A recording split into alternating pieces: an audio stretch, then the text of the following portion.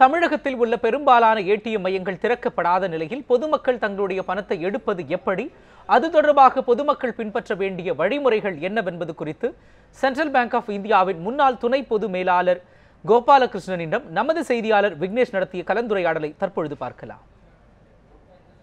கடந்த 2 தினங்களாக மூடி கிடந்த ஏடிஎம் மையங்கள் இன்று காலை முதல் செயல்பட தொடங்கும் என அறிவிக்கப்பட்டிருந்த நிலையில் தற்போது வரை தமிழகத்தின் பெரும்பாலான இடங்களில் ஏடிஎம் மையங்கள் செயல்பட தொடங்கவில்லை. இதனால் பொதுமக்கள் பணங்களை பெறுவதற்கு மிகுந்த சிரமத்துக்குள்ளாகியுள்ளனர். இந்த நிலையில் ஏடிஎம் மையங்கள் திறக்கப்படாததற்கான காரணம் என்ன, பொதுமக்கள் பணங்களை பெறுவது எப்படி என்பது குறித்து நம்மிடையே இணைந்திருக்கும் சென்ட்ரல் பேங்க் ஆஃப் இந்தியாவின் துணை பொது மேலாளர் கோபாலகிருஷ்ணன் இருக்கிறார். அவரிடம் கேட்கலாம். சார் வணக்கம் சார்.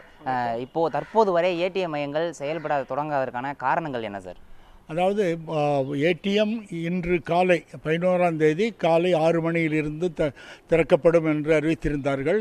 இதற்கான முன் ஏற்பாடுகளும் செய்யப்பட்டன. வங்கிகள் அந்தந்த வங்கிகளைச் சேர்ந்த இந்த கேஷ் நிரப்பும் ஏஜென்சிஸுக்கு ஏற்பாடு செய்து வைத்திருக்கிறார்கள். அந்த வேலை நேற்று இரவிலிருந்து நடந்து கொண்டிருந்தன. எனவே இது ஒரு எதிர்பாராத செய்தியாக இருக்கிறது.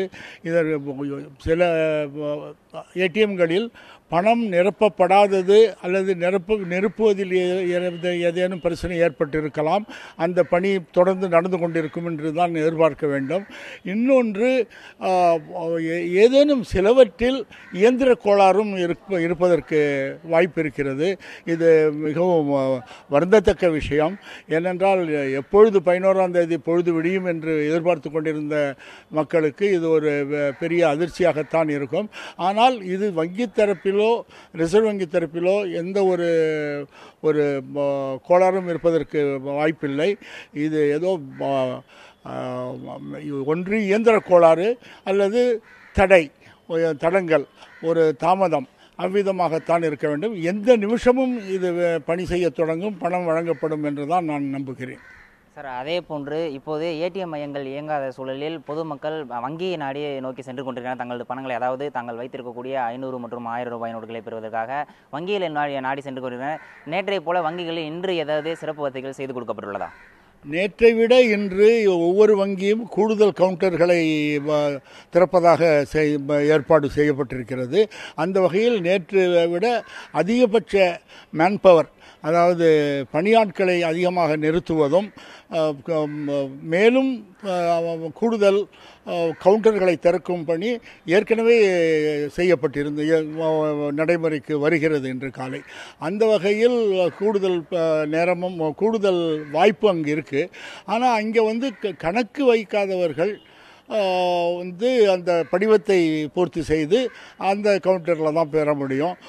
அதற்கு ஒரு அத்தாட்சி கொடுக்கணும், அதாவது தன்னுடைய ஐடென்டிட்டி கொடுக்கணும், பான் அல்லது ஆதார் ஏதாவது கொடுக்கணும்.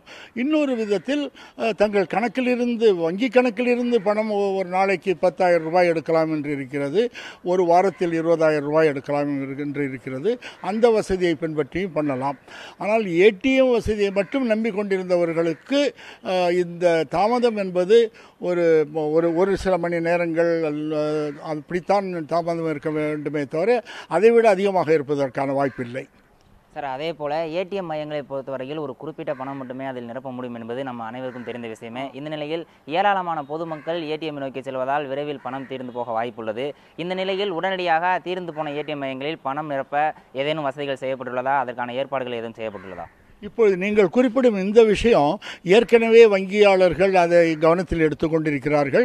அவர்களுடைய ஏஜென்சியிலிருந்து அவ்வப்போது நிரப்ப வேண்டும், ஒரு பெரிய இடைவேளை ஏற்படக்கூடாது என்ற வசதியை ஏற்கனவே அவர்கள் மனதில் வைத்துக்கொண்டு அந்த இடைவெளி ஏற்படக்கூடாது என்பதற்கான ஒரு ஏற்பாடு ஏற்கனவே இருக்கிறது என்பதுதான் இன்றைய நிலைமை. நன்றி சார். அதாவது கோபாலகிருஷ்ணன் கூறியபடி இயந்திர கோளாறு காரணமாக ஏடிஎம் மையங்கள் திறப்பதில் தாமதம் ஏற்பட்டிருக்கலாம் எனவும், இன்றைக்கும் அதாவது வங்கியில் சென்று தங்களுடைய பணங்களை மாற்றிக்கொள்ள சிறப்பு வசதிகள் ஏற்கனவே கொடுக்கப்பட்டுள்ளதாகவும் அவர் தெரிவித்திருக்கிறார். ஒளிப்பதிவாளர் லட்சுமிபதியுடன் விக்னேஷ், நியூஸ் 7 தமிழ், சென்னை.